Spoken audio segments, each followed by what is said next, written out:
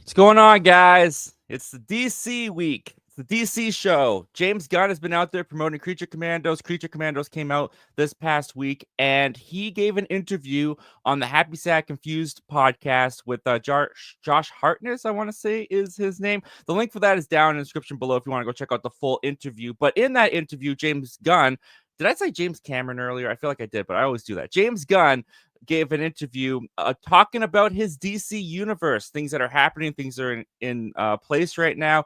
And so I thought it'd be fun to look at some of the highlights from that interview, give our thoughts and reactions to it. This is Members Talk Live. I'm your host, Zach, and host of the channel. Thank you so much for joining us. Let's get started.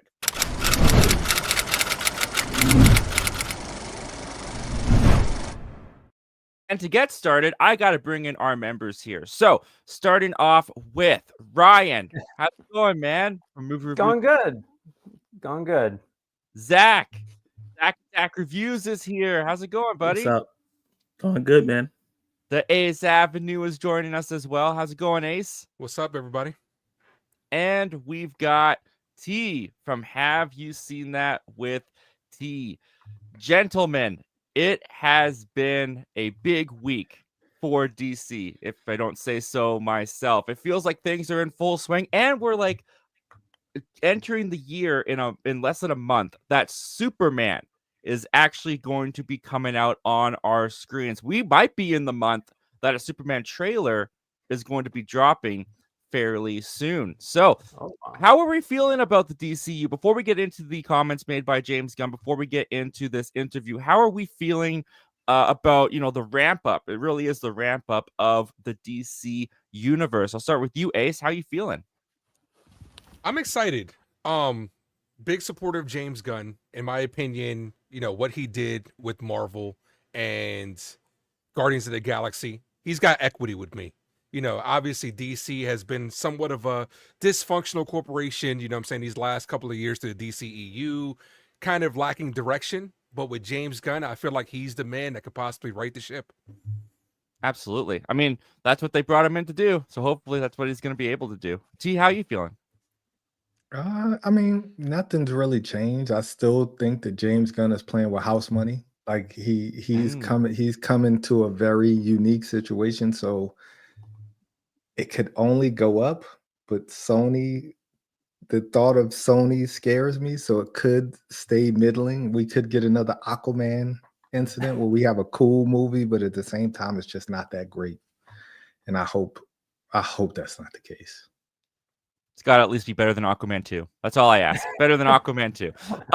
By the way, chat, we're going to be taking your live comments and questions in the later half of the show if we still have time. So if you guys have comments and questions that you want to discuss about these clips, about what we're talking about, definitely drop them into the chat. And we were told before we went live that it is this guy's birthday today. It is Have You Seen That with T's birthday today. So I want to see the chat full of happy birthdays as well for our T down there, man. Thank you so much for being a part of Members, dude. And we celebrate you today, man, because you've been a welcome presence, a great presence to have on the show. Great guy. I've loved to get to know you over these past, has it been a year? It feels like it's been a year.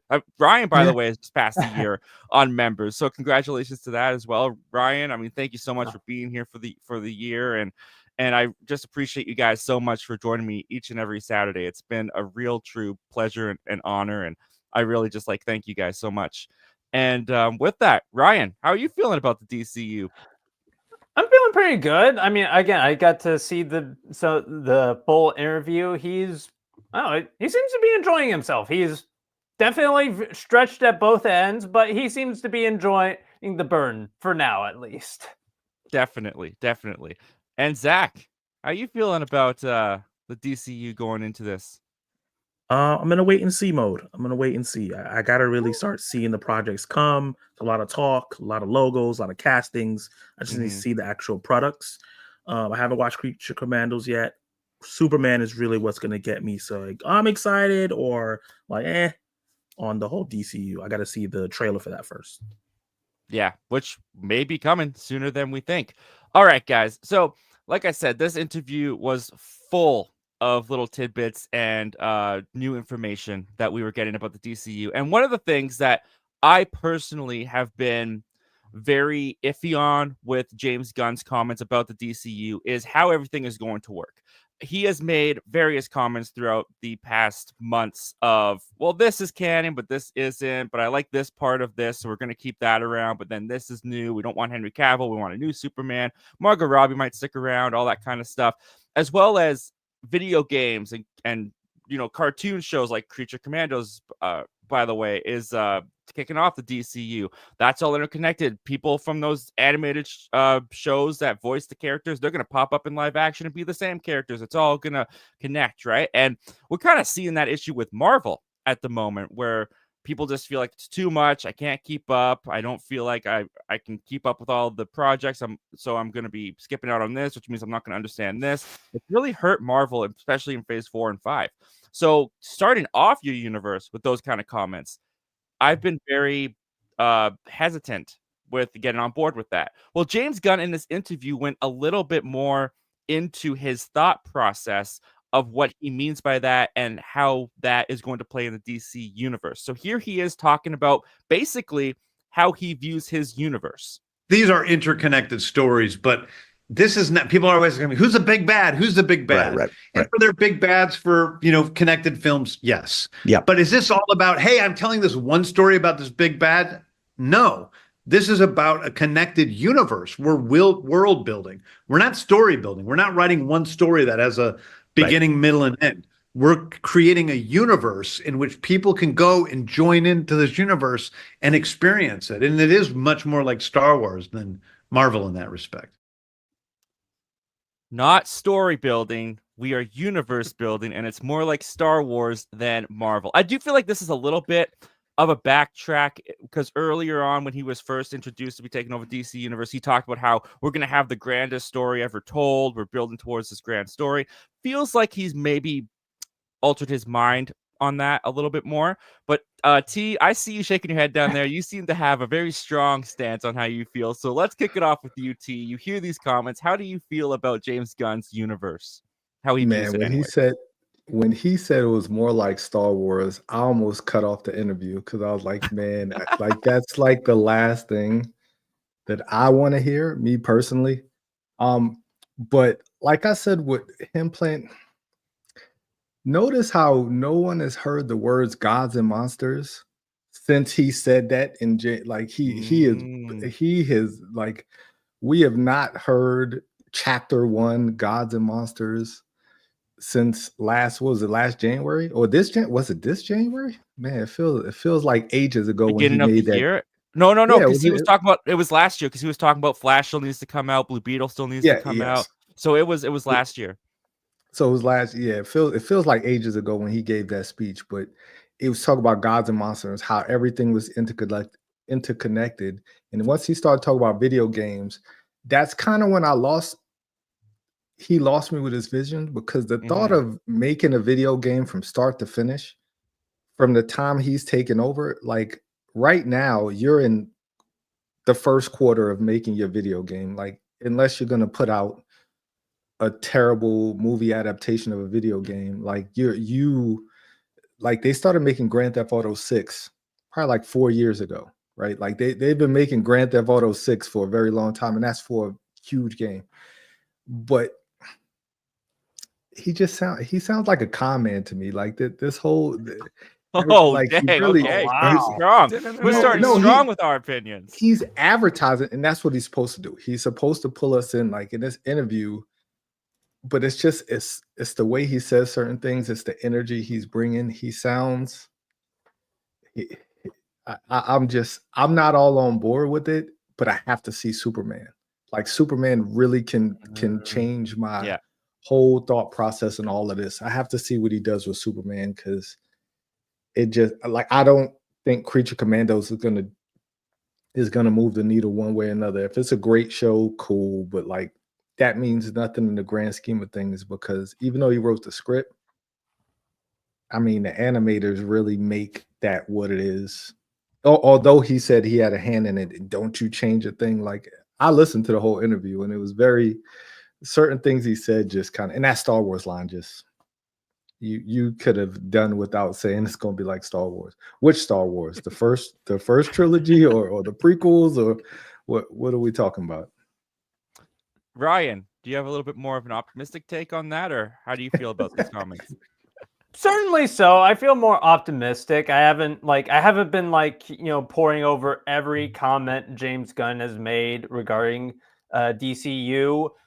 That said, I do feel T with regards to Superman, because I remember 11 years ago when Man of Steel came out, I was hyped for that movie. I was like, oh yeah, this looks so good. And then I was like, yeah, that wasn't so good. That was kind of terrible. Yeah, no. And that kind of soured me on pretty much every movie. Every movie was like, all right, you had a cool trailer. What about the movie though? How the movie? And so yeah, I mean, yeah, I guess, yeah, I'm Superman for me is kind of going to be like, okay, what kind of tone we gonna set here? A really good tone, really bad tone, kind of tone. Like, yeah, that's so yeah, like T said, I'm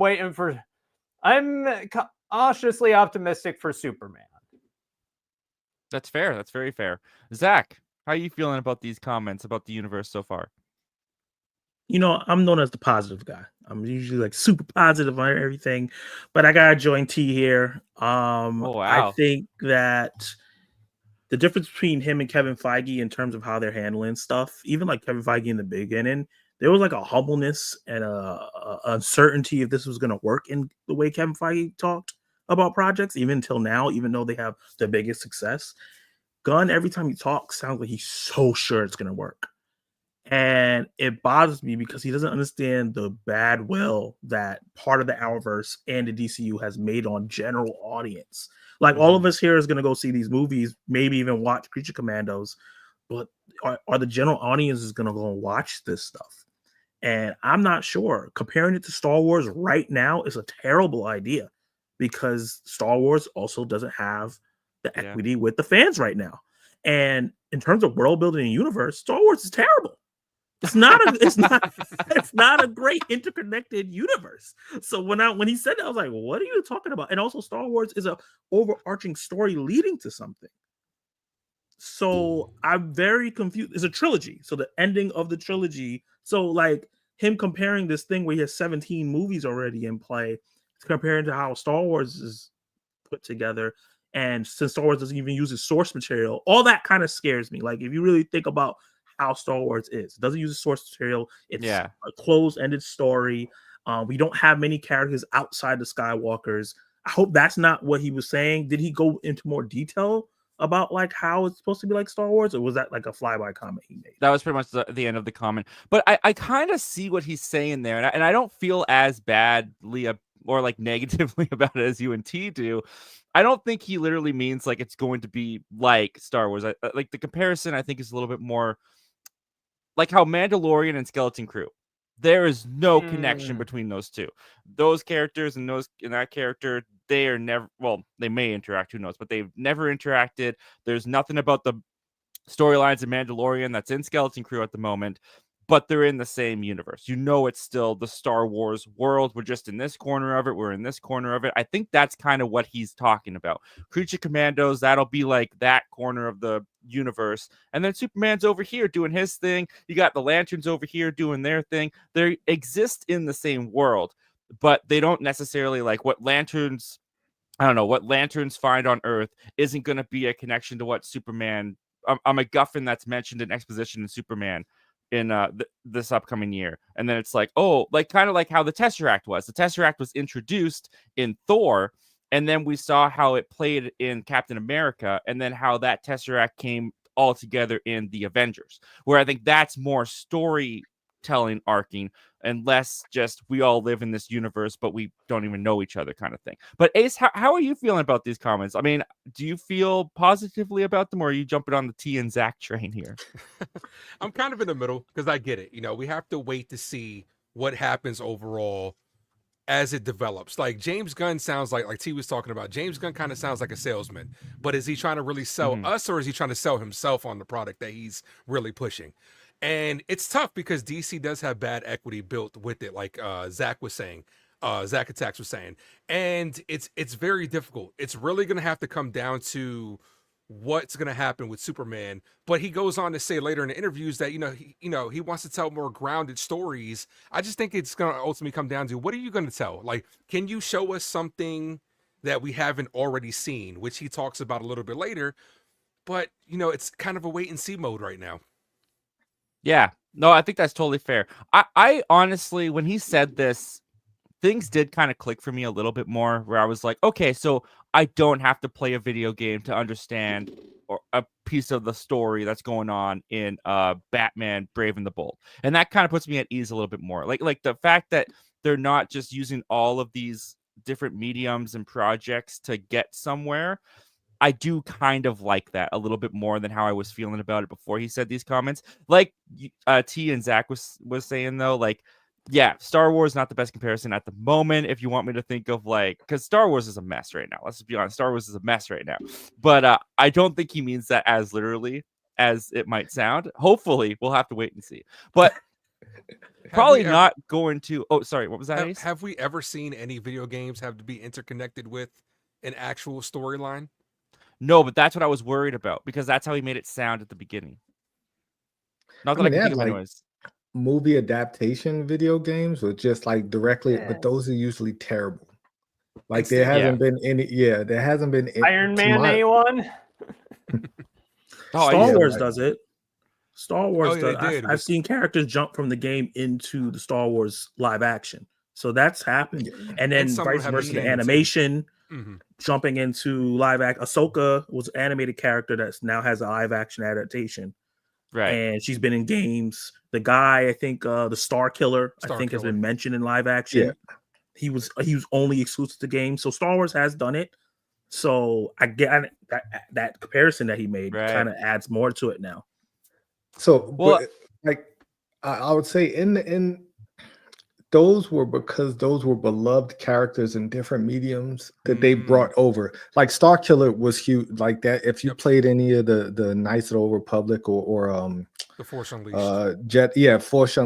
Force Unleashed. If you played those games, those characters were already like, they didn't make those they made them afterwards because fans were calling for it. Like everybody wants to see Darth Revan in a Star Wars series because of the Knights of the Old Republic games. It wasn't like they didn't make a movie and then tie it into a game. Like, I don't think that's been done where you make something and then you tie or as you're making something, certain Easter eggs in the movie are in the game that that we played for weeks or months or whatever the case may be. But if that's what he's talking about as far as Star Wars, I can kind of get with that a little bit more because Star Wars did do it. So. Well, I don't think this is going to add to Zach and T's positivity, but in almost the same breath, he also went on to talk about how he views canon. Josh and him got into a kind of a conversation of what's important to James Gunn as it comes to continuity, basically. And he started talking about how, the way that Superman powers work, Supergirl, they have to be the same. She has to have the same power set. He's very, very fickle about that kind of stuff. But when it comes to interconnected canon, well, let's hear what he has to say. Her powers have to be the same as his powers and blah, blah, blah. So that kind of stuff I'm a maniac about. But also there's some things you got to be kind of loose about, Yeah. There's lots of product names in Peacemaker. That's lots of, he's mentioning celebrities all the time, Superman's a different sort of world. There aren't really it's not about real people in a real world. It's about this mythical DC universe. So it's different. Those are two stories created by the same person in the same universe. And even those are different in terms of the vibrations they're giving off. And someone could say that's internally inconsistent, but I'm not against. I always loved in the comic books that artists had their own ways of representing, say, Metropolis. Right. So I'm going to come in with Metropolis. If somebody else, creates Metropolis in the future, they might have a slightly different way of looking at Metropolis. And I'm cool with that. I don't want everything to look the same all the time. I think the audience is smart enough. They can say, oh yeah, this is all connected, but also come on. And, I think that too often people get a little bit too strict about canon and freaked out. I mean, I dealt with it with Marvel. I mean, it was like, they showed the Infinity Gauntlet and early, like in Thor or something. You saw it. Right. And they're like, oh no, that was a facsimile. They retrofitted it, but because they retrofitted those other things to be Infinity Stones because that was never written until Guardians. Right. So it's like, I'm used to that stuff. I think that it's okay. You got to be a little bit loose with it. So I kind of defended the universe comments a little bit. I don't really like these comments, if I'm being honest. Could it still work? It could work, but to me, this sounds like James Gunn is having his cake and eating it too. It sounds like in this regard, to me, why are you even making a universe?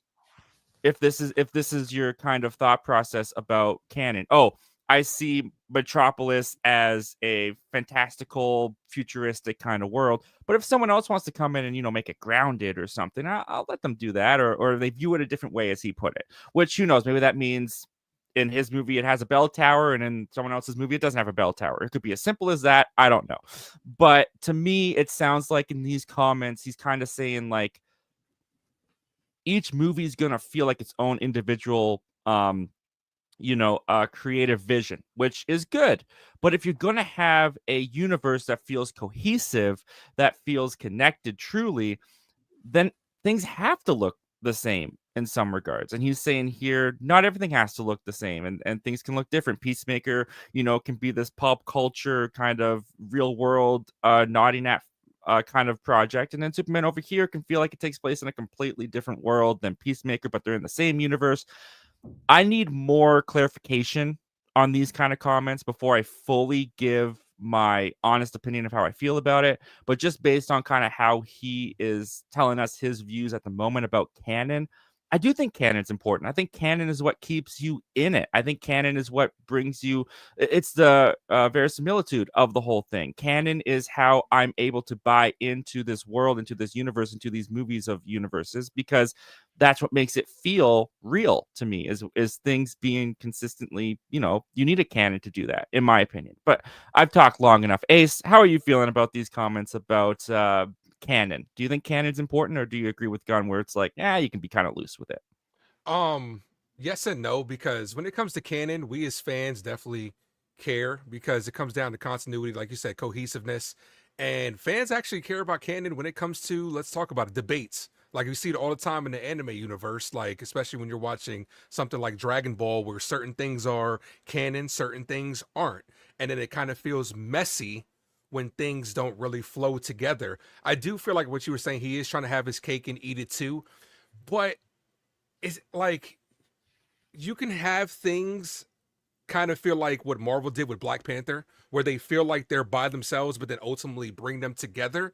But I just don't see, it's still too early for me to really see the direction. I really have, like, he's got the blueprint. It seems like he knows what he wants to do, but it's just going to have to be about execution. How about you, T? Do you have strong opinions about this one? No, I understand what he's saying. Like, it makes sense what he's saying, because I mean, realistically, everything's not going to look everything in Marvel didn't look the same. That's what I loved about Phase 1, was all the movies looked different. There was a unique style for every single movie, even though it was set in the same universe. Like Thor looked totally different than Captain America. Iron Man looked like, they all look totally different, and that's fine. Like, everything could look different, but there's a connective tissue of, like, I like Easter eggs where somebody says something about Daredevil, or Matt Murdock shows up and catches a brick coming out of your window, like something small like that. It doesn't have to be like this grand thing where Superman comes in and saves Peacemaker at the end of, season 2 or whatever the case may be. Once again, James Gunn, like he's like, a lot of things he's saying is contradicting itself. And I mean, in what ways? Can you further give an example of that? So he mentioned, he started off by talking about the connective tissue of stories, right? But then he started talking about the look of Metropolis, which has nothing to do with the story. Like, you coming in and making the city looking different. Like Peacemaker is more grounded. He's in like this rural area. Everything was kind of its own slice of life. Like Switzerland looks different than New York City. Like I get that. Like the world everywhere looks different. So to expect Metropolis to look like, you know, Peacemaker season 2, that's to me that doesn't matter.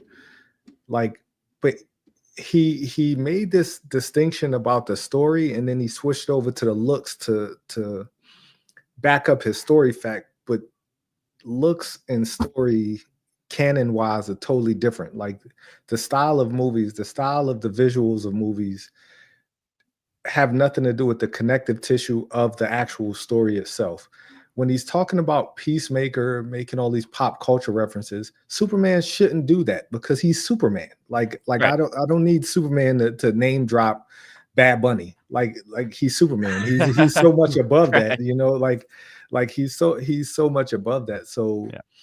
Like, which he does say he won't do. Like he says, like those are separate, and like, it has to be different for super. Like he totally gets that. Obviously, he gets that. But if Superman is fanboying over, if Superman is fanboying over a celebrity, you lost me. Like I don't think he will. So, I don't think he will. Save that for Flash. That's more. Yeah, exactly. Yeah, that's like. But I mean, it's just the little things he's saying. How kind of.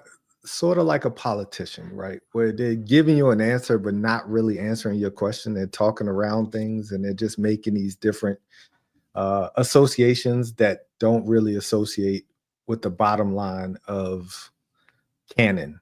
Yeah. And I'm not a big canon person. Like if you make 5 different movies and they all look different and they all sound different, that's fine as long as you made 5 good movies. But the general audience wants to see, because you promised this. Like it's like if you would have said, hey, we've ended the DCEU and we're just gonna make good DC movies, everybody would be fine with that. But you promised us this huge world, Gods and Monsters, like of just like this whole huge thing, and that's what you like you said all of these things. You can't backtrack it now. So now you have to give us what you said you were going to give us. And that's kind of like what I'm getting at too, is like he has Elseworld stories. So to me, it's like if someone views Metropolis differently, give them the Elseworld story. Like if you're building a universe, like one of the things Marvel does that was very credited, I think it's still credited, but people seem to like it less now that Marvel's this big huge thing. It's good to, or it's popular to hate on the big huge things. They were so intricate, or what's the word I'm looking for? Their attention to detail was so meticulous.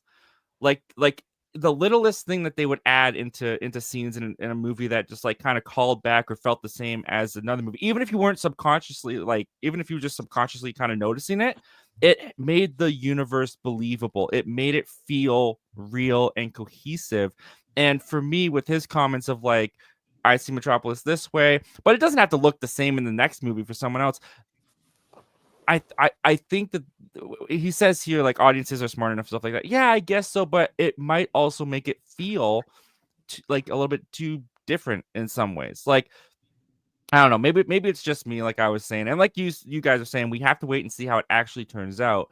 I just don't really like the whole dismissive of canon. I feel like it's a little bit of a cop-out to just let them be like, Peacemaker, yeah, that show is canon, but the Justice League at the end of season 1, that scene wasn't canon, so that I can do season 2, that can be canon. They happen to see our Flash as Ezra Miller.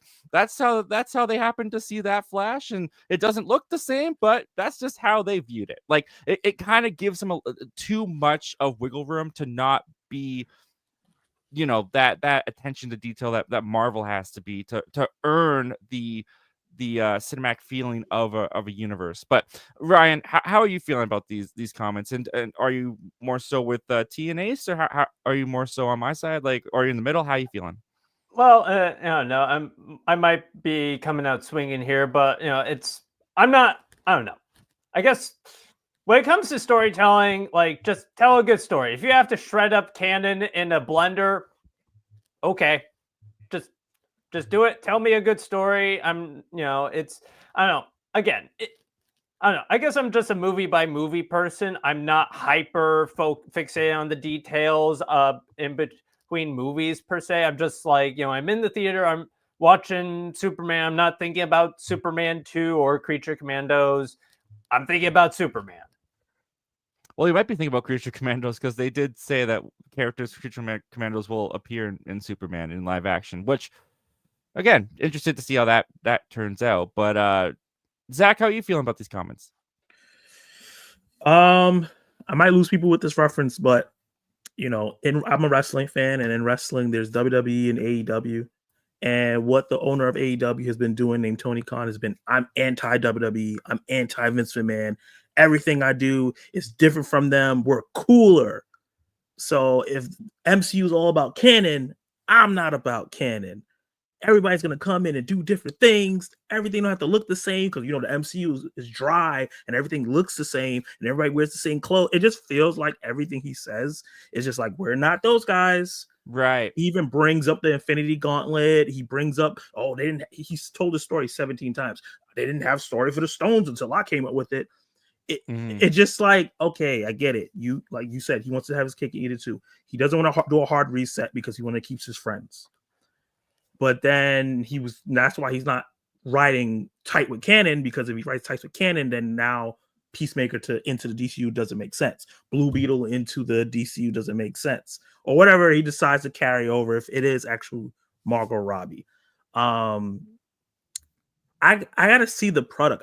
I like comic book stuff because they're interconnected. This is from me growing up in the 90s, watching the Superman animated series, watching the Batman animated series, and eventually they crossed over. And I was like, oh, and then we got Justice League. And I read the comics. This is why people like this stuff. If you don't connect them properly and do the Easter eggs and all that stuff, it doesn't have to be as tight or doesn't have to have a dark side as the main bad like Thanos.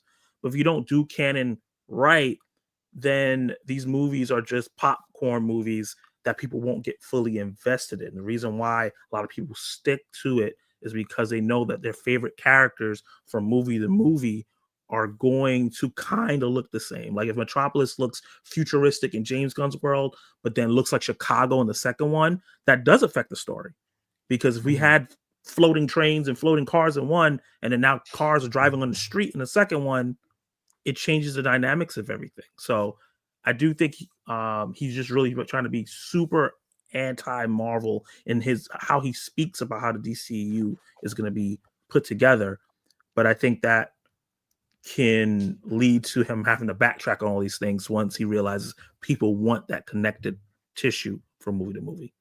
Yeah, and I do think audiences' perception and expectations of what a cinematic universe is going against the grain in that way may also hurt it. Maybe not even by its own fault, but just like if audiences are going to 5 movies in a row or whatever, it's like, where's the story? How is this connecting?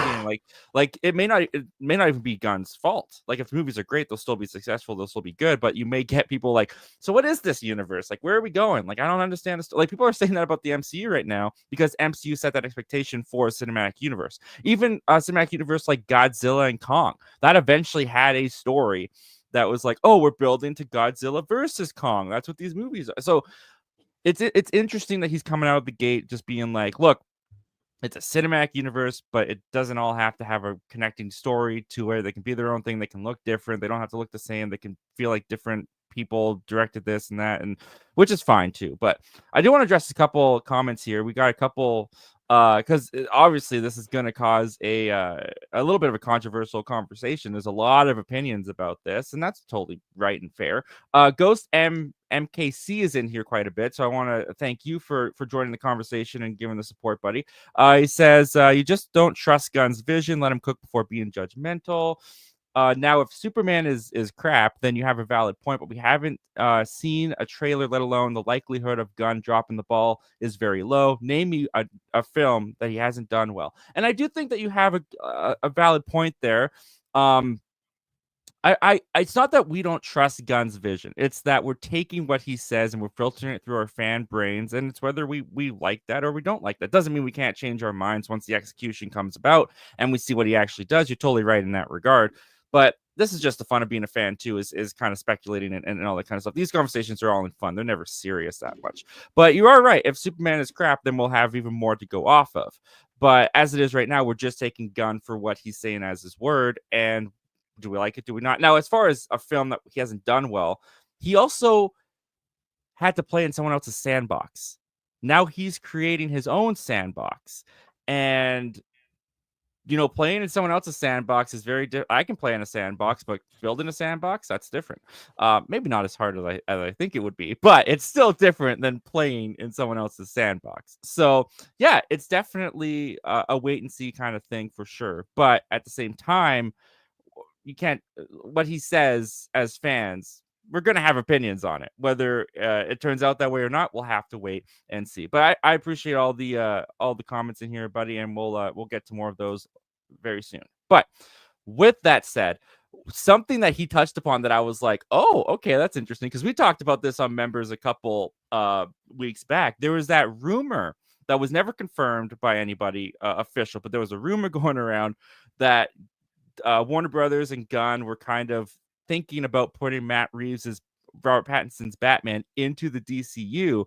And during this interview, James Gunn kind of confirmed that was true. And he didn't necessarily say that they've decided not to. At least that's what some people are saying about it. Let's just hear from Gunn himself, and we'll make up our minds of what he means. This is what he had to say about Matt Reeves' Batman and the DCU. You've been very adamant Matt Reeves' Batman universe is Matt Reeves' Batman, Yeah. and he's such a singular filmmaker. Let him do his thing. Have you contemplated, have you had the conversation, have you reconsidered integrating Pattinson's Batman into your DCU? I've contemplated it. Yeah, we've contemplated it. You gotta contemplate everything, John. We gotta talk about everything. Like, it just means like, and then see, like, you can't, these questions you can't answer because people are too, Right. Yeah, you would be an idiot not to have they that. make I get everything it. to mean. An idiot not to think what's this gonna, how does this go? How does this go? But I'm committed to both telling stories in the DCU and telling Elseworld story. I want the freedom to tell Elseworld stories. We want to be able to, tell a story in which, Superman's very different, or tell a Red Sun story or whatever. It's like we want to be able to play with these characters in different ways, and they're different. One of the things I love about DC over Marvel comic books is that those things are much more plentiful. There's many more Elseworld stories. There's many more presentations of Wonder Woman and Batman and Superman, especially, that you see them showing up in different ways in different Elseworld stories. I think that's part of the fun of DC. So, Ace, I'll just go to you first. A lot of people.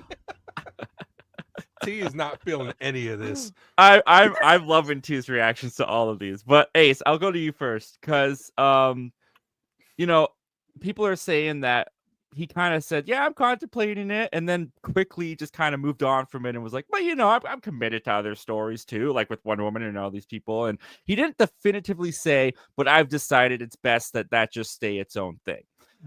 Do you think contemplating is a past term for him, or do you think he's currently still in the process of contemplating? How do you take those comments at face value?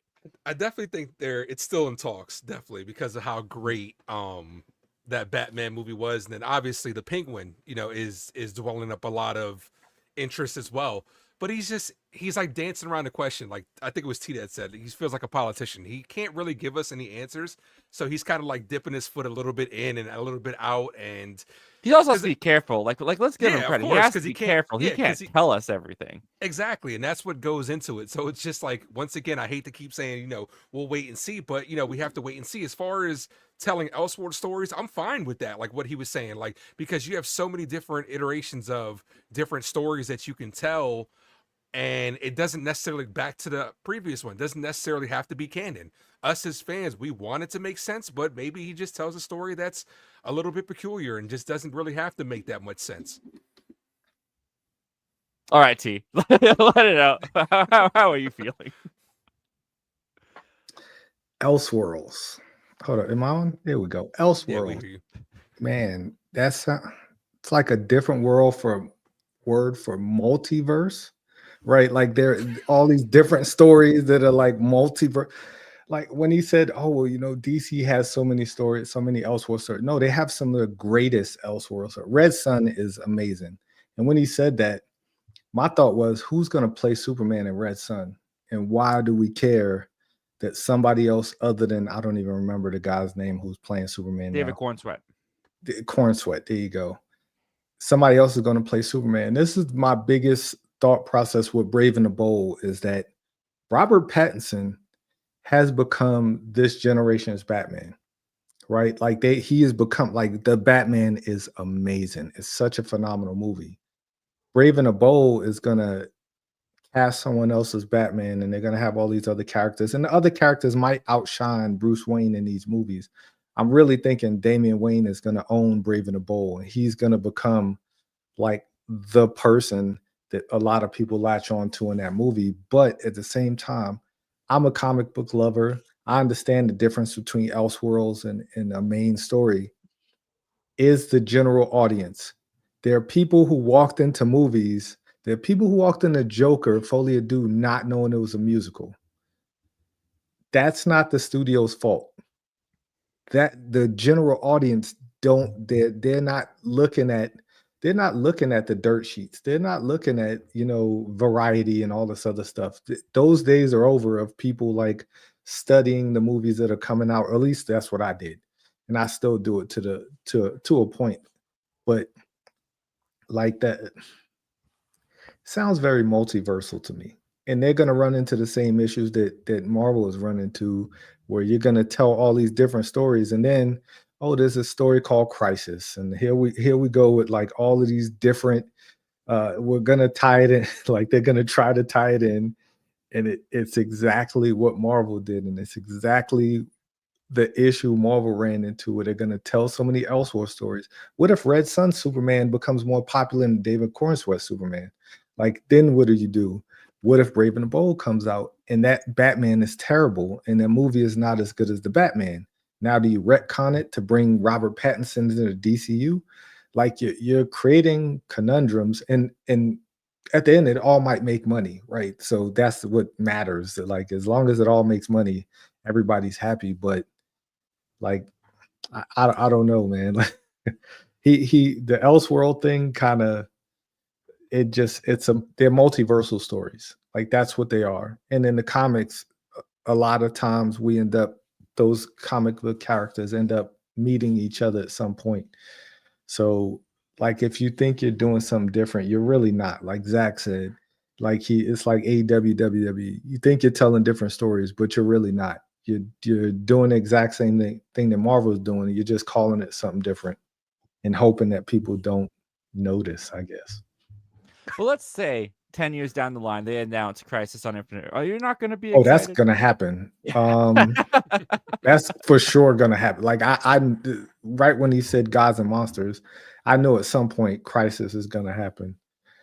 If they do it like the CW did it, because I thought that Crisis was amazing, I'm all for it.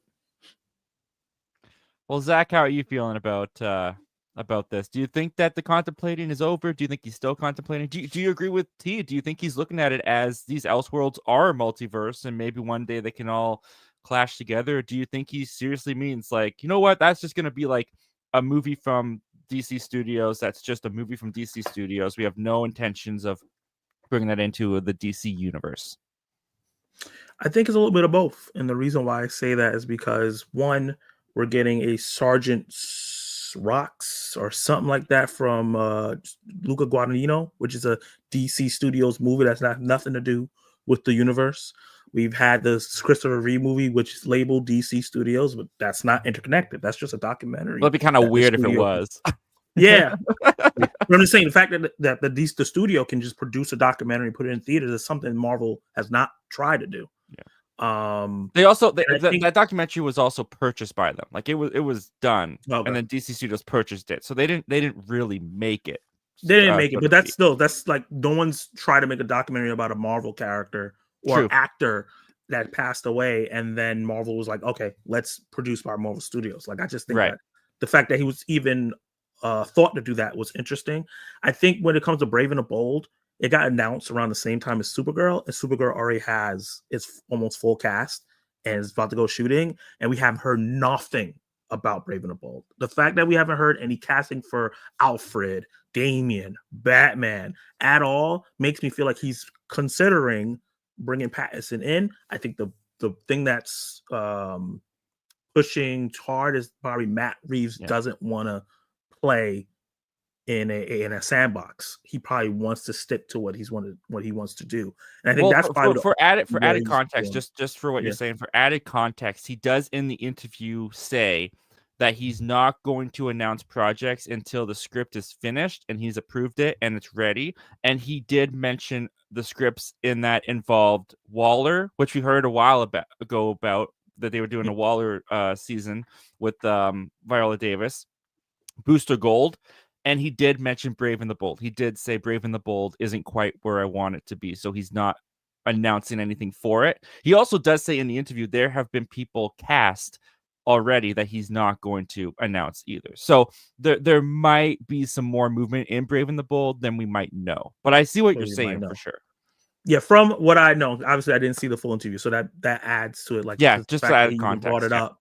Yeah, I just think there's a chance that he still wants Pattinson as Bat. It would just make it simpler. The movie made almost $800 million, had a successful spinoff already. And then I feel like Robert Pattinson and David Corenswet match each other look wise. I just think they could, because a lot of people are fan casting like older Batman because he's gonna have kids. You know what I mean? He has Damian. Right. He has to be way older than David Corenswet to have a kid already that's like 12 years old, ready to fight. And then he already adopted Dick Grayson. He's an adult now. That's Nightwing.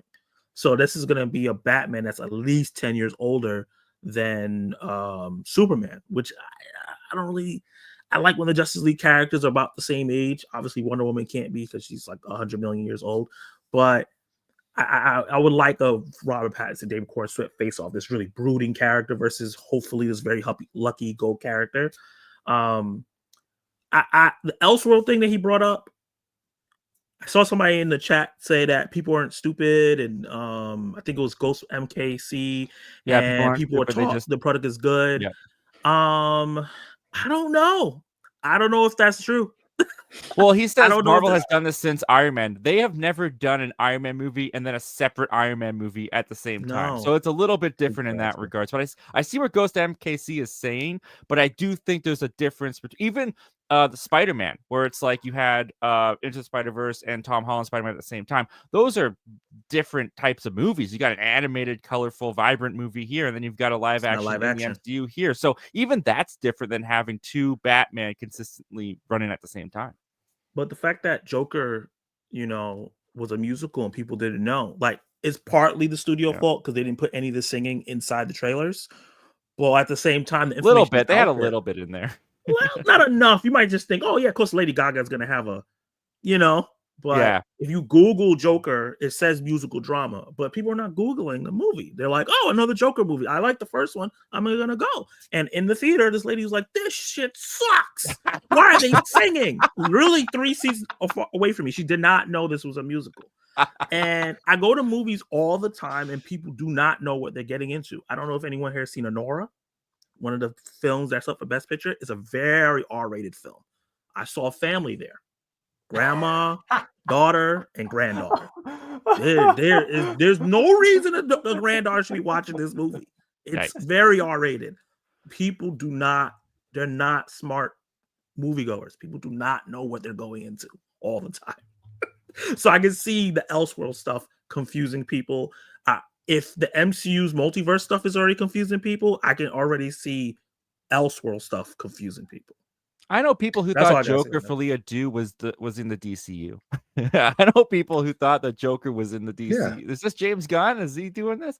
Superman and Lois, which is the 5th most popular show on X, just got canceled because James Gunn doesn't want a competing Superman. Has that been confirmed though, or is that speculation? Yes, the actress who plays Lois said she had a conversation with James Gunn, and that was the reason. Okay. Well, that's different then. Yeah. Well, look, here's the one thing going for him is just because Gotham looks one way in Matt Reeves' Batman doesn't mean Gotham can't look different in the DCU with Robert Pattinson. They just view it differently.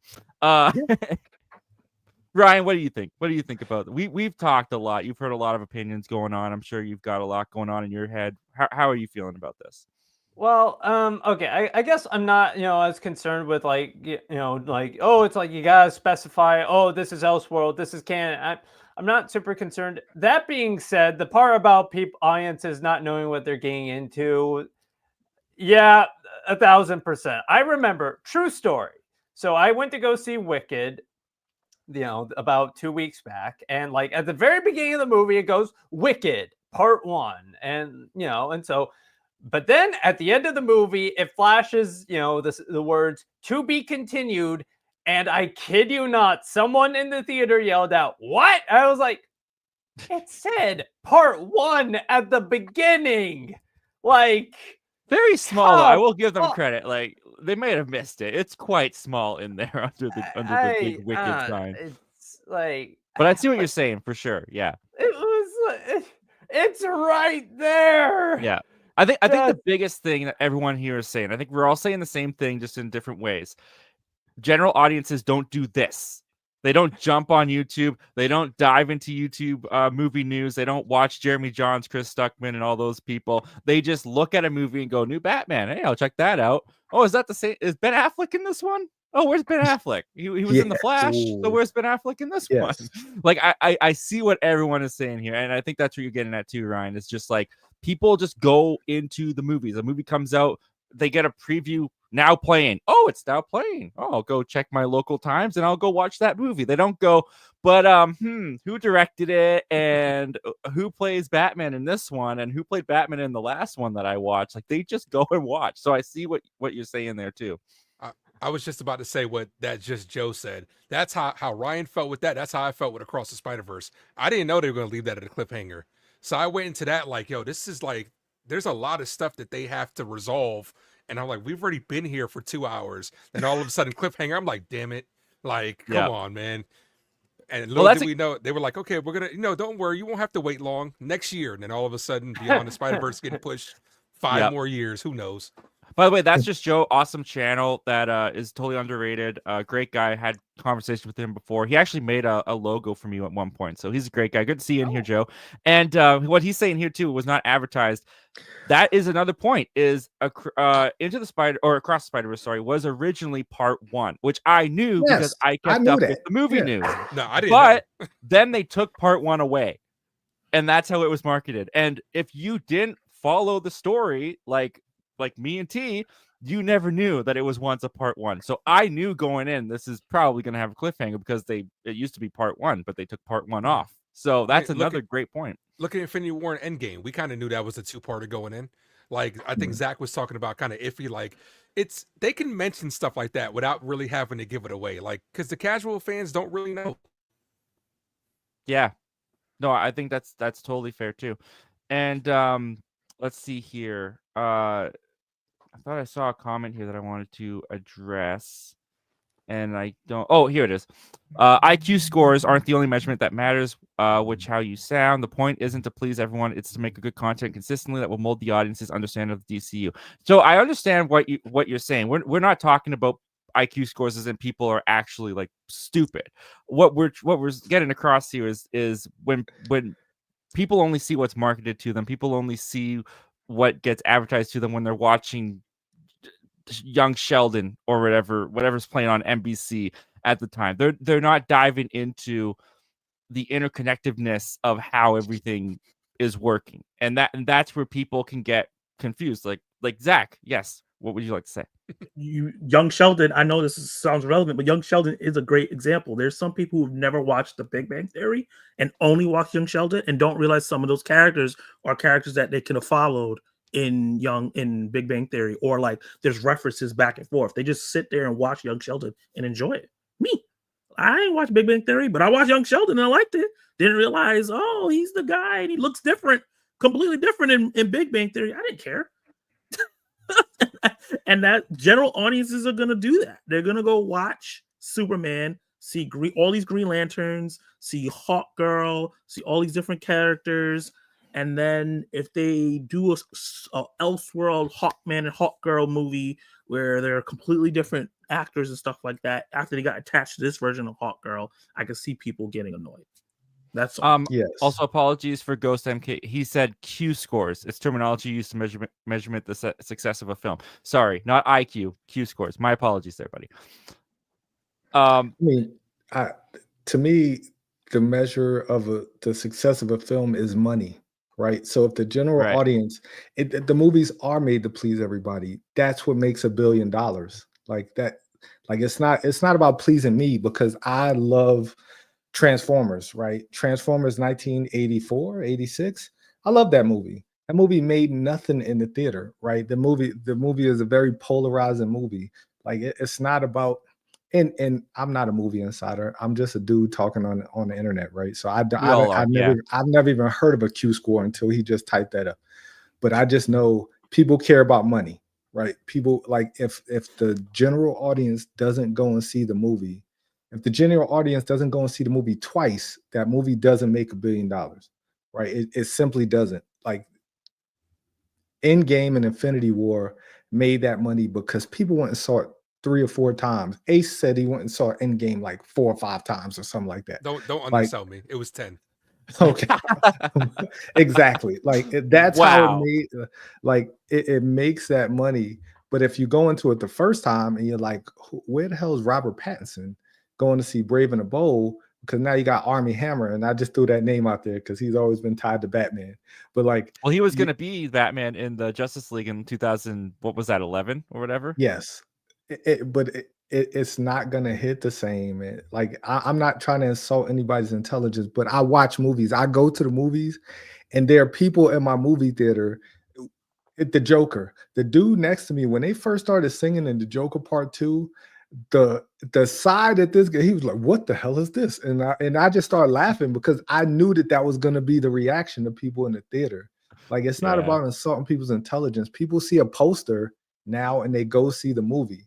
Oh man, this is a Joker. I love the first Joker. Let me just go check this out. They didn't even see it. People don't even watch trailers anymore like that. Like people don't watch network TV to see the trailers anymore. So they don't like unless you're on YouTube watching trailer reactions.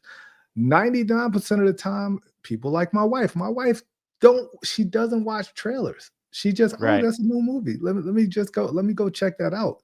So it's not about their IQ. It's not about Q, whatever. People consume things differently. Unless Netflix starts showing movie trailers, like people really won't know that there's a change in any of this stuff.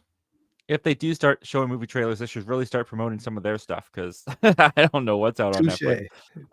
Joe, that's just Joe sent in a super chat. Dude, thank you so much. That's very generous of you, man. And he says, I thought what was very interesting about the Gunn interview was Josh mentioning the Bane and Deathstroke rumor and Gunn not totally denying it. Yeah, I didn't have that clip pulled, but Josh does mention like, hey, there's Bane and Deathstroke rumor going around. Can you talk about that? And then he acted like the connection went out. So again, I think that goes back to James Gunn saying not going to announce anything until we have a finished script. And I believe it's an idea. I totally believe in the same way that what we're talking about here, where it's like a couple weeks back, we talked about a rumor that James Gunn and Warner Brothers was thinking of putting Robert Pattinson in a DCU. In the same way that James Gunn here is saying, yeah, we contemplated it. And I'm sure someone in the studio said, they're thinking about it and then told a trade. I'm sure here that it was an idea of like, hey, what if we did a Bane Deathstroke movie? Like they just threw that out there. We were batting around ideas and someone overheard and was like, ooh, I'm going to call Variety, make some money and get them to put that in there. Like, right. So I totally believe that it's talked about. Whether or not it's actually going to happen, we'll have to wait and see. Yeah, but would you guys be interested in a Bane and Deathstroke movie? Is that something that sounds interesting to you, Ryan? What do you think? Yeah, I enjoyed the Bane character in Dark Knight Rises, and I enjoyed Bane in the Arkham game series. As for Deathstroke, he's a cool character visually, so I wouldn't mind seeing him in a movie. Nice. How about you, Zach? I would like to see them in a movie after they face off against Batman. Yeah. I'm not interested one. in Gunn also trying to prove that he can do Sony villain movies better than Sony. I don't Stick think to that's one what- thing. I get it. You're trying to prove that you Raven can do is better coming than out Marvel. against Christmas. You're already trying to prove you can do better than Marvel. Let's leave Sony. Obviously, they're not doing well, other than Venom. Let's just slow down. I know that it's far away, and that's probably Gods and Monsters Part 2 because he said it was gonna be separated, and we're gonna wait on projects.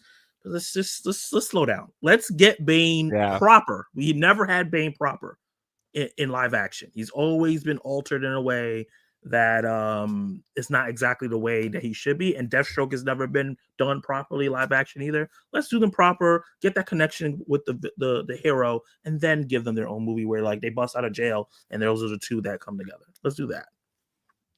Yep. Fair enough. All right. Well, there was, like I said, there was a ton mentioned in this interview. He also went into Guardians. If he still is he a producer on those films? If Marvel moves forward, does he want them to move forward? He talked about actually one thing that was interesting here. We won't talk too much about it, but I found this a little bit interesting when Josh asked Gunn if there was Guardians cast members already cast in the DCU. You said before that other Guardians actors are going to pop up inevitably on the DC side of things. Have you cast people we don't know about yet in the DCU? Yes. Have we cast Guardians people in the DCU we don't know about yet? Like actual signed contracts cast or no? I don't need. Yeah, real talks. Real talks. Yeah. Yes. Yeah. So he basically confirmed there without technically did they sign contracts yet? But real talks have happened. Nathan Fillion. He'll be in. Nathan Fillion. Nathan Fillion. He's already in it. He's already in it. Yeah, he's already Chris in it. Pratt will pop up. Chris Pratt will definitely pop. Oh, okay, let's go around real quick. Give me one Guardians member you think is or cast member that's definitely going to pop up in the DCU real quick. I'm just going to speculate. I think Chris Pratt, 100%. Same. Well, I mean, he said Batista's already like Batista's gonna be Deathstroke. Like he's not gonna be Bane because he said he didn't want to play Bane. Well, he's slimmed down. He's slimmed down. Yeah, exactly. He's yeah, like so he'll be Deathstroke, which is terrible because I think Joe Hello, whatever, however you say his last name. Obviously, a big fan. I really wanted to. I wanted to see him as Deathstroke, like that teaser at the end of Justice League. Or whichever movie that Batman vs Superman, is that the one where Lex Luthor and him were on the boat? I wanted to see that. Like I wanted to see him go against Batman. I thought that would have been really dope. Yeah, and Ben Affleck wrote a Batman script that had that, and apparently some at the time execs were saying it was like the best Batman script ever written, and then Ben Affleck never made it, and it's sad. Ryan, one cast member from Guardians you think is going to be cast? That's just Joe saying he thinks Karen Gillian would be Perfect. Poison Ivy. That'd be perfect. She needs more roles. She's so good. So I gotta go after this, but before I go, I'll say Palm Clementieff. I think that's how you say it. Yeah, absolutely. Really good actress. Like just the latest mission, the last Mission Impossible movie, Dead Reckoning, really good. Yeah, I agree. Absolutely. Great. Well, Ryan, thank you so much for being here, man. Please tell the people where they can find you before you head out. You can find me on YouTube and Letterboxd at Movie Reviews with Ryan Lane. All right, man. You have a great rest of your weekend, okay? All right, great. Thanks. You too, guys. All right. Yeah, bye too. Yeah, we are going a little bit overtime. Are you guys okay? Does anyone else need to jump off or okay? I'm good. I rarely get to get on here, so I'm in for the ride. All right, perfect. Yeah, because there's still comments coming in, and I still want to talk about what he talked about with Superman, because he was asked by Josh, and hopefully this will keep the positive more, or this conversation a little bit more positive. But he talked about what we can expect in terms of what we've never seen before in a Superman movie with his Superman movie. And I thought he had some really interesting things to say. So here's James Gunn talking about what we can expect from Superman next year. What are you excited by that you've been able to really dive into that we've never seen before in your Superman? What are we excited by that exists in my Superman movie? That you've been exploring in Yeah, your sure. Superman movie. You feel like that was never done justice elsewhere in Superman. I don't think we've ever seen the big science fiction Silver Age Superman aspects that we have in our movie. I don't think we've ever seen the Lex like that, that Nick is. Nick is he's imposing. You go, oh, poor Superman. That's the thing that we never see.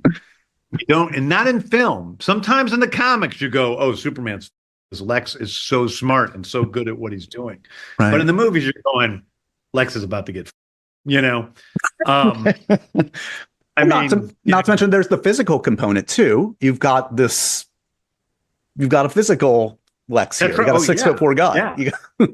Yeah. Yeah. Well, we've got a big old Superman and a pretty tall Lex too. So, but yeah, they don't. Yeah, it's just you see now where Lex is. He's not the person you want to have against you.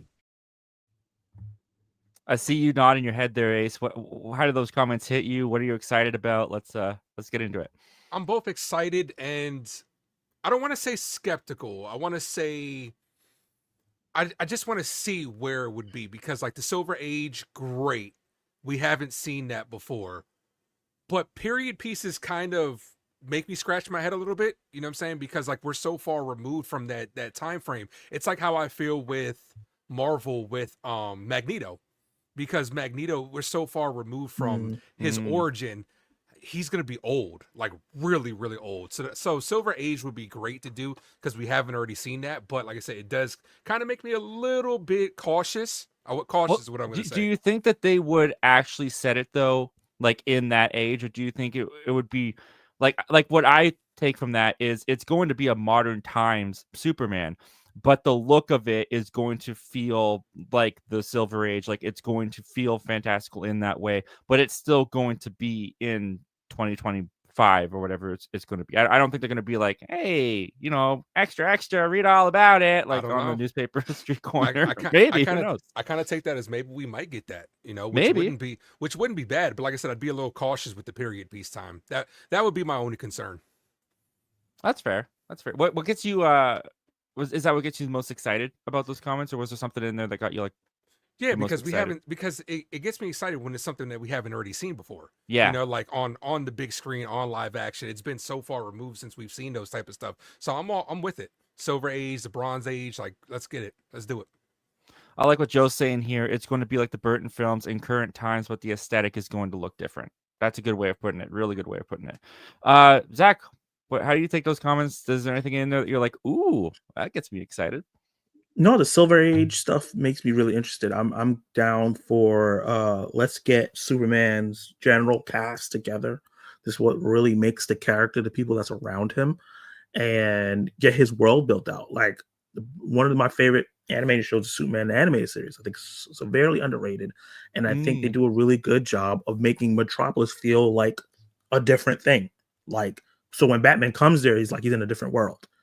And I really like that. I wanted to feel, there's been set photos of some futuristic things mixed in with some traditional read all about it stuff. That's really cool. I like when there's worlds that has like futuristic tech, but also rely on old school stuff at the same time. It feels like that cool in between.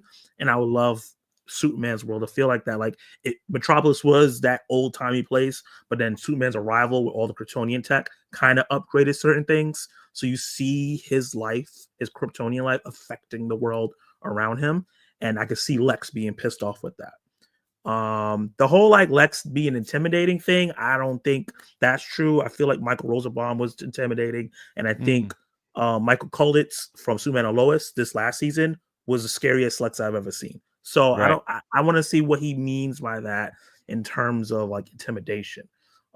Because I do feel like we have intimidated Lex. I know Jesse Eisenberg was like a mess, but like we've had intimidating versions of Lex before. But the Silver Age stuff makes me really interested, because if you can get really weird with Superman, I think that would help the character stand out amongst everyone else. I mean, they've already confirmed Crypto. It's gonna get weird. It's gonna be a weird Superman in some regards. But yeah, I do like his comments about Lex a lot. And I think he was very careful too to mention in film, like he did kind of clarify we haven't seen that in film, which I think is true. I mean, I really like the Christopher Reeve Supermans and the Lex Luthor. Oh, who is Gene? What's his name? Who plays Gene Lex Hackman. Luthor? Thank you, Gene Hackman. Yeah, I really like Gene Hackman in those Superman movies, but he is a little bit more of the comic relief in some ways in those Christopher Reeves Superman. So Jesse Eisenberg was Jesse Eisenberg. You take it or leave it. I kind of left it, but we haven't seen a Superman where, like he's saying that, I've never truly felt like Lex Luthor was really that much of a formidable foe for Superman, because it's like Superman's like a god. He can do all these things. Like Lex is just a man. Like, ooh, he does real estate, whatever. So I'm curious to see like how he is going to depict that on screen, what he's describing here. We've got a big Superman, we've got a big Lex, and it makes you feel like, oh, Superman is screwed. How is that? That gets me really intrigued, because I haven't seen that on film yet personally. Superman's coming next year. We're getting a little bit of information from James Gunn here about the movie. Anything here that gets you excited? Anything that gets you thinking? I mean, I'm excited for Nicholas Hoult. Like, I think he's a phenomenal actor. Like, I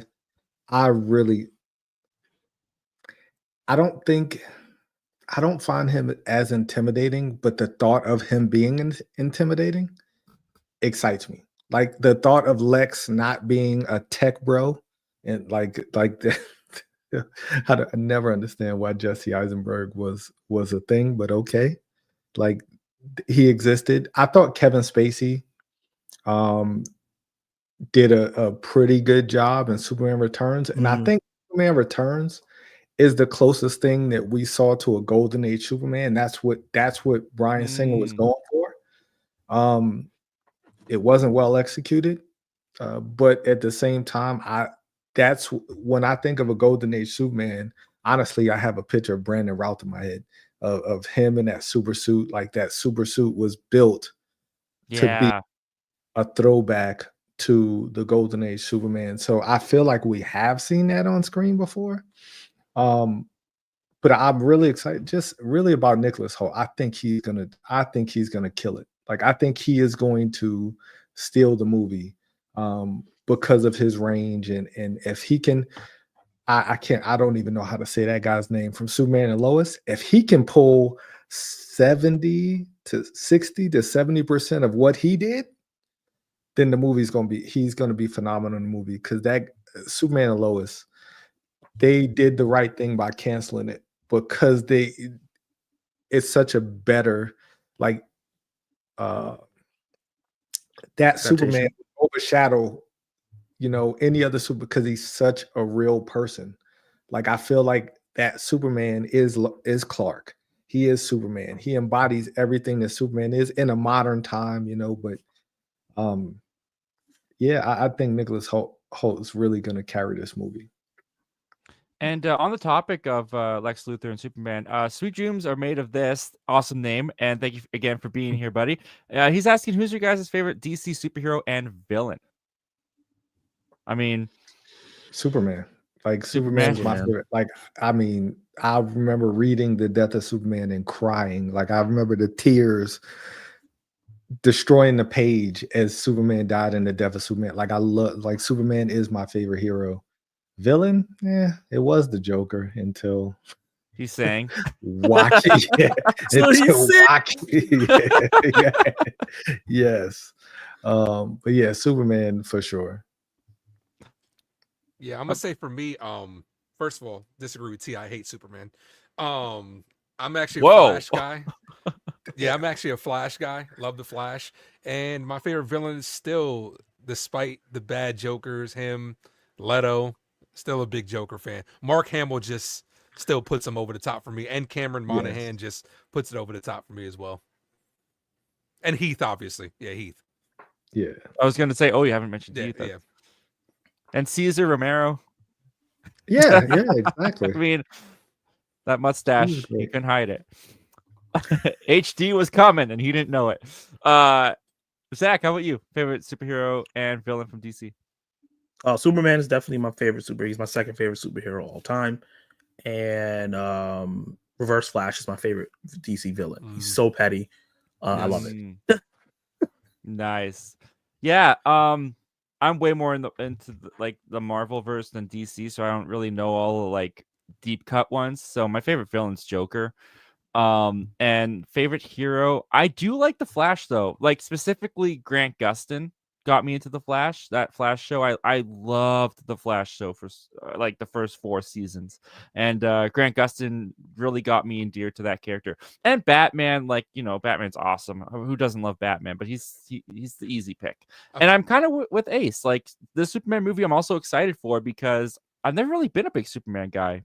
Like I've enjoyed it, but I've never really gotten like, why do people love him so much, you know? So I'm hoping that James Gunn can introduce me to the concept as to why that is.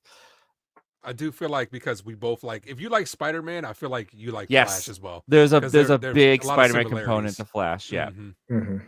absolutely. see All that. right, guys. Well, that's all we got for the clips from that interview. Again, it was a very good. It's like 47 minutes long. They go into Creature Commandos. They go into how Creature Commandos is going to go into Superman and all that.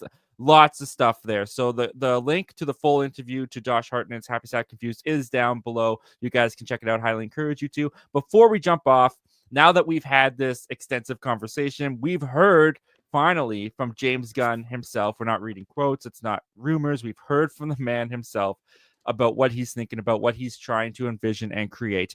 So we talked about how we were feeling about the DCEU going into this at the top of the show. Before we head out, after having this conversation, after hearing from the man himself, how are we feeling about the DCU going forward from this conversation? T, how are you feeling? Has anything changed? You feeling the same? Yeah, the same. I mean, like until we see it, it's all theory, and I'm hoping it's good. Like I'm all for good content. I'm not a homer. I'm not a Marvel guy. I want the stuff to be good because I want to. If I'm gonna pay my money to go see it, I want it to be good. Like it's not a competition to me because I'm the fan. I'm just gonna be happy that they're making good movies. So I'm really hoping it's good. Like I really do. I'm not rooting for his downfall. I'm not rooting against him. He just sounds like a comment to me. He sounds like he's saying things that are very contradictory. But I mean that's not always necessarily a terrible thing. So I'm hoping it's all good. How about you, Zach? Still wait and see. Like, Yeah. you know, I it's really just got to see the actual stuff. You know, like Kevin Feige's talk about, yeah, Blade, man, Blade, and Blade ain't nowhere to be found. You know what I mean? So I got to see some actual product on it, like some sitting in the theater, watching it from beginning to end, and just making sure that Superman doesn't feel like Guardians, but with Superman and Star-Lord. Like, that's the only thing I'm worried about in terms of like everything feeling like this found family story that he does every single movie. I feel like that's where he's going with this. And I just want to see like the difference, like it actually feel like a Superman story. And once I do that, then I'm locked in and I'm like, okay, James, and you got me. How about you, Ace? I'm a Marvel guy, but I want DC. I love DC too. Like I love both. Like I really legit want DC to do well. Now, for me, it's all about equity. James Gunn has that built-in equity, but then on the flip side, DC doesn't. So I'm still kind of in wait and see mode where can he turn this around? I want him to in the worst way because there are some good stories to tell. And us as content creators, which make sure you guys like and subscribe to everybody's channel and like and subscribe to Zach Milne Talks Movies. We want something good to talk about. We don't want to come on here and bash and stuff. You know what I'm saying? Like we legit want to enjoy these movies like T was saying. Come on, Gunn, man. I'm really, really rooting for him. Like you, come on, make it happen. Make DC good again. Let's go. Yeah, and for me, I think like you that say, wasn't we're the reference you thought, T. It just came off. Yeah. I think you're right. We're all rooting for him. I'm definitely rooting for him. I do feel a little bit differently walking out of this conversation and this interview. I feel like he's not trying to do Marvel, and I think I like that. because that's where the DCEU messed up. The DCEU messed up because they were trying to do Marvel. And one of the things I like in this interview that James Gunn says that we didn't talk about was he says he's not Kevin Feige. This is not Kevin Feige.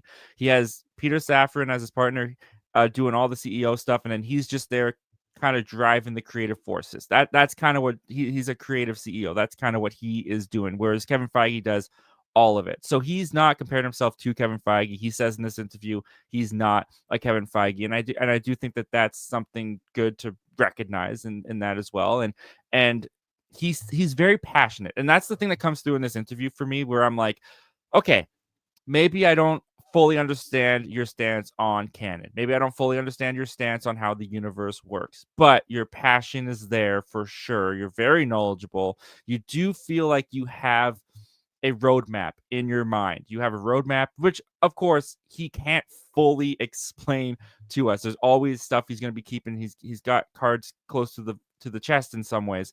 So I also put that into consideration as well when it's like, well, I don't fully understand that, but he can't fully go into detail. But it sounds like he has a plan working of how he views this universe. And some of it I really like. I like the idea of, oh, I want to tell this story. It doesn't work in the universe. Well, then let's just make it over there. I wish at times Marvel had that opportunity to do that as well, or that they would take that opportunity. So I've been optimistic for this universe the whole way through. I'm very excited for it. Superman's like my most anticipated movie for next year, just to see how this universe is going to look and feel. And this makes me feel just a little bit more confident in the man. Like he really does seem like he has a vision. I don't fully understand the vision, but he has one. And I like that because that's something Sony don't have. So it's as long as you don't give me a Sony, I'll be happy. What were you going to say, Ace? I was going to say, do you guys think, like, obviously there's a lot of pressure on him. Do you think there's any animosity between him and MCU when it comes to, like, because now they're kind of competing a little bit. And I know there was a little segment in there where he was like, the interview asked him, he was like, if you didn't, like, I guess he was saying, what did he say, taking over Feige's role or whatever, or moving up? Gunn shut that down real quick. He was like, no. I was like, if Marvel had asked, if Kevin Feige down said, I'm really stepping quick, down. though. Yeah. So do you guys think there's any animosity between Gunn to kind of make this universe compete with MCU? I think there's internal, I'd say competition. Like, I think the competitive part of him wanted to do well because, one, it's going to make him rich. Like, at the end of the day, I really think money is going to talk. Like, money is what rules all of this. There's the internal competition, especially because then, like, James Gunn got fired at one point, right? Yes. Like, he did get fired from Guardians. That's what led to all this, really. He got fired off Guardians because someone dug up old tweets. Then he went to Suicide Squad for DC. They loved what he did there, and that's why he's taken over. And he was able to go back because Marvel needed him to do Guardians. So, yeah, that decision did like those people who dug up those old tweets. Thank you. You gave us a lot of great stuff. Like, you really did. It might have saved the DC. Yeah, because The Rock was going to be in control. Oh, man. Oh, James Gunn wasn't. And I much rather him by a long mile. Yeah. That we can all agree on, for sure. Now, us as fans and content creators, we're going to go flock to this. Do you think it gets a strong start out the gate with Superman, or do you think it's going to take this DC universe a little bit of time to build up and gain the fans' trust again? Time. Definitely time. I think it depends on the movie. I think if Superman goes out there and hits a home run, everybody's going to go see it. Like, the first week of Superman, it's going to make a lot of money, right? But if it's good, the word of mouth of it is going to push it to another level because people want to go see a good movie. People, like, I don't know if Superman is the character to do that, in all honesty. But then again, I didn't think Captain America was the character to do that. So if you can give me something totally different, if you could give the audience something totally different, but give them a character that is beloved, and maybe I'm talking about my generation. I don't know how the younger generation views Superman because he hasn't been done right for this generation. Man of Steel didn't do it. So I don't know. I know I'm looking for a good Superman story. Yes, Zach. Also, one thing we got to talk about is the fact that Superman is sandwiched between other movies. That is going to affect it. Jurassic World, whatever the new thing is called, is coming out a week before. Rebirth, the Fantastic Four the week after. So that's people have to play with the money now. Do I go with Jurassic World, which is a proven commodity? Do I go with this fresh new Marvel thing that has these actors that I may like or not like? Or am I going to go to Superman with this David Cornsweet guy that I do not know? Because he still hasn't been in a movie other than this that people know who he is. So that's the only thing I'm worried about, it being sandwiched amongst all these. And I think there's another movie. I think something else drops the same day Superman comes out. I'm not exactly sure what it is, but it's like sandwiched amongst a lot of big stuff. And that's the only thing I worry about. The fact that DC doesn't have a lot of equity with general audience. David Cornsweet's not a proven commodity, and I haven't really seen a performance out of him in anything where I was like, oh, wow, yeah, he's Superman. Yeah. I think that's the only thing we're worried about. Because Jurassic World movies, people don't like them. Well, people don't like them, but they make $1 billion. So people do like them. Yeah. People do like them. And so it's going to be interesting to see how that box office affected with those 3 movies back to back to back. And Avatar is like a week after that. I will say, though, they're the luck of them is that they don't have to sell this on David Cornsweet. They're just selling this on the name Superman. Superman is selling this. David Cornsweet's not. You put anyone in the suit and it would sell. What I will say before we go, I want one more question that we can talk about. Brandon Routh. When you say Superman, I just thought of Brandon Routh. Go ahead. Oh, Brandon. Why did that movie didn't do good, huh? Well, that was before, Superman. That was also previous before we're in the comic book boom era. I mean, some could say it's fizzling out for sure, but we're still in the comic book boom area. Like, was Superman Returns 2006? Yes. 7? Yeah, something like that, right? It was 6. I was pre-MCU, basically. And the comic book movies were different in pre-MCU times. But what I will ask, because I definitely have an opinion on this, and I want to see what you guys think. Do you think that DC's in position to be bigger than Marvel going forward? Do you think DC could be bigger than the MCU going forward? Because I'll tell you, I don't. No. The answer is really no. I'll tell you why. There's a couple reasons why. Marvel has the advantage of the 4 quadrant. It's always family friendly. Deadpool and Wolverine kind of changed that, but it's always family friendly. You can take your kids, you can take the parents, the grandparents. You kind of have that going for it. They've built a trust with the audience that when you come to the MCU, it's going to be fun for the whole family, basically. Whereas the DCU starting off with Creature Commandos. Now, I've already seen some images from Creature Commandos. I've looked on IMDb Parents Guide in Creature Commandos. Starting your universe on Creature Commandos sets a expectation of, oh, we could go anywhere with this universe. It can be PG, it could be PG-13, it could be R. So you're not going to be able to take the whole family to every single DC project. The second thing is James Gunn has already kind of given permission to skip things. Because if it all just takes place in a universe and it's not an overarching story, doesn't connect in that kind of way, oh, okay, I'm not really interested in the Authority. I'm not going to check. Captain Marvel was sandwiched between Infinity War and Endgame, and they had a little tease at the end for Captain Marvel at the end of Infinity War. Marvel tricked us into seeing that movie. Not tricked. I wouldn't say tricked, but they got us accustomed to a new project from the MCU, even if it's a different character titled differently. It worked as a sequel. I just finished Civil War. I got to see Doctor Strange. Because it's like it's the next thing in the story to Civil War. I got to see Spider-Man Homecoming. That's the next story after Civil War and where we're going in this.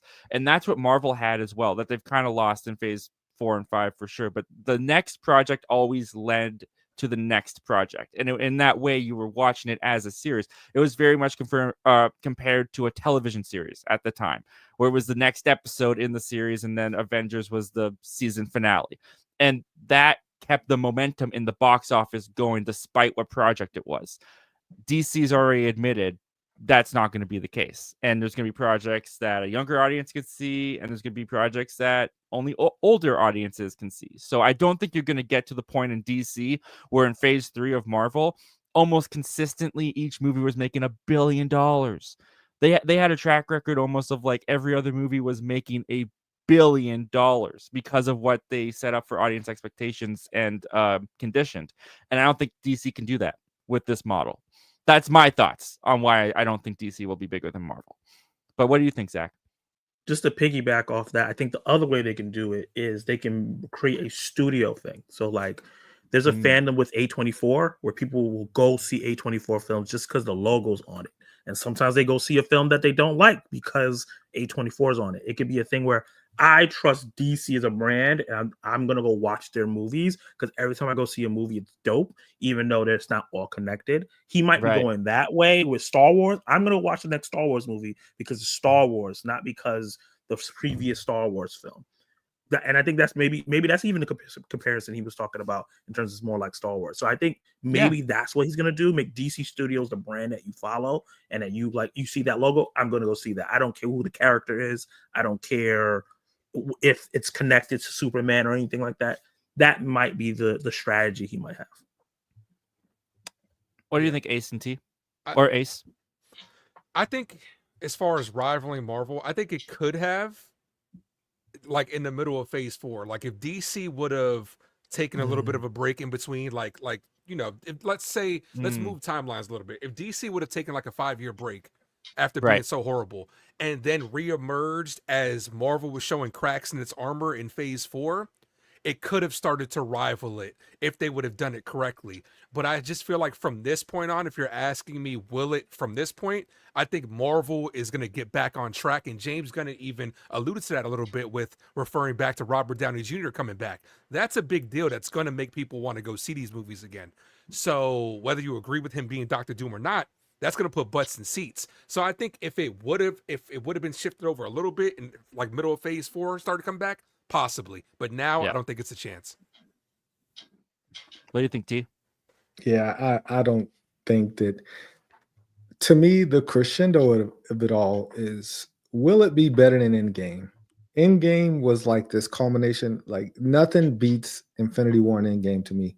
Nothing that Marvel has done since, nothing that Marvel has done before. And DC is not even close. Like DC is scraping the bottom of the barrel. And I love DC characters. I wanted to love Batman and Superman so much. I wanted that movie to be so great. And it started off great. It just didn't go the way it was supposed to go. I think we hit the heights that we're going to hit when it comes to superhero movies. Even with Doomsday and Secret Wars, I don't think it's going to hit the heights that Endgame and Infinity War hit. Like that was lightning in the bottle. Everybody's chasing it. You're not like, you just, I could be wrong. I could be totally wrong. The Secret Wars could be the greatest thing since sliced bread, but I just don't see it happening. Like I think too much has been lost. The audience has grown. The audience has kind of moved on from this whole experiment that was the MCU that was very successful. I don't think DC has that. I don't think James Gunn has that vision. We can say that, you know, he hasn't missed yet. I beg to differ, but I don't think that it's ever going to reach the heights of Marvel. I hope I'm wrong. I hope it does, because all that does is better business for us as content creators and just better business for me as a moviegoer, a person who loves movies. Yeah. And kind of playing on Zach's their Devil's Advocate, is that what it's called? Marvel, DC has a little bit of the not advantage, but they were kind of benefited by Marvel, because I saw Iron Man when I was 8 years old, whenever that came out. I'm now 26, right? I can handle some blood and gore now. I can handle some R-rated, right? Like those people that grew up with the MCU are now in like their, 20s, 30s, 40s, whatever. Marvel's at a point now where they also have to build a new audience, but they've got so much catalog now where it's like, oh, I want to start watching MCU. How much do I have to watch? Oh, there's like 40 movies and 12 TV shows. What? I don't think I want to get into that. That seems like a lot of homework, right? So Marvel fans have grown up to where it's like DC maturity, R-rated content. We may all be going to that a little bit more than some of the MCU projects they put out. Who knows? We'll have to wait and see. There's definitely, I think DC overall is going to do well, though. I think Superman's going to come out. I think it's going to do well at the box office. I don't think it's going to be a smash. And then the next project they do, I think will do great. I think if they consistently by the fourth project, if they are consistent in the first three, I think we'll start to see a big boom in their box office for sure. Yeah. I mean, I'm right there with you. I just think at the end of the day, DC just needs to kind of just do its own thing. Stop looking over its shoulder at Marvel. Like, if you want to tell 100%. darker storylines, do that. DC's always been known for being more gritty. Stick to that. Stick to your guns, and if it works for you, works for you. Stop trying to emulate what Marvel's doing, because that's how the DCEU failed. And, that's what, I mean, don't be so different that you're trying to be Sony, and we're not going to want to watch you at all. But yeah, so. I think budgets is also a big thing too.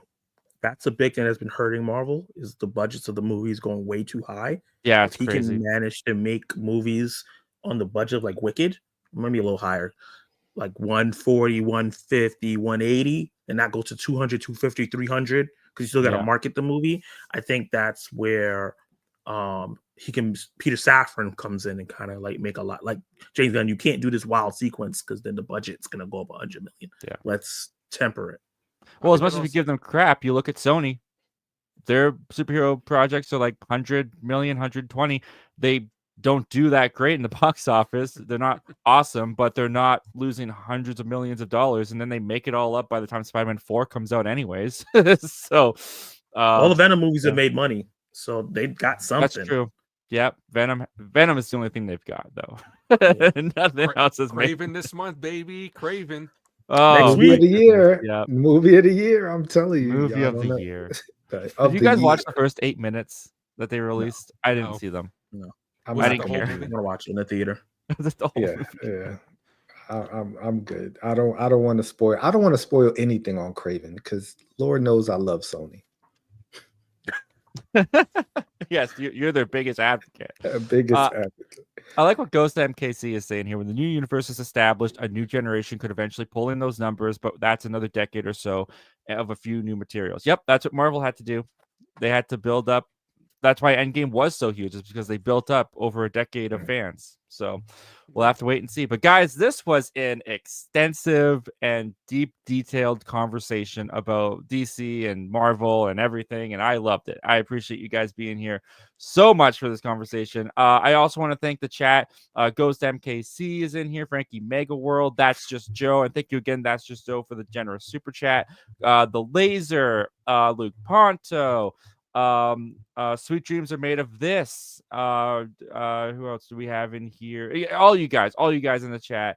Thank you guys so much for being here. And Collected Movie Man, thank you so much, beloved channel member as well. Kevin Davis, thank you so much. And thank you guys, our members, so much for being here and joining the show. Please tell people where they can find you before you head out. Let's start with you, Zach. You can find me on Zach Attack Reviews, where I do movie reviews and newest movies, old movies, everything all the time. Excellent. T? You can find me at Have You Seen That with T, the YouTube channel. Trying to get some more content up there. School is finally over. I'm finishing up my last finals. Nice. For this semester, at least. But you can find me at Have You Seen That with T, or Letterboxd at Have You Seen That. And that's me. And Ace. And happy birthday, T. Appreciate it. Thank you.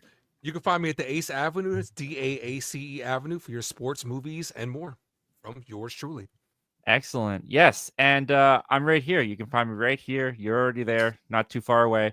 I just put up, I asked a couple days ago for you guys to suggest some of the best Christmas movies ever made. I looked through those comments on Facebook, on Instagram, on YouTube. I found the ones that were most recurring, and I have a tier ranking up on the channel right now for the best Christmas movies list that you guys suggested. So you can check that out. That was a ton of fun to put together. With that, guys, Ace, you're here, and you just gifted a membership. That was very generous of you, man. Thank you so much. Time, so I want to go ahead and give somebody a membership. Absolutely. Thank you so much, man. That's very generous of you. And we'll see you guys again next week or next time. Depends on my schedule, really. But take care, guys. Have a good weekend.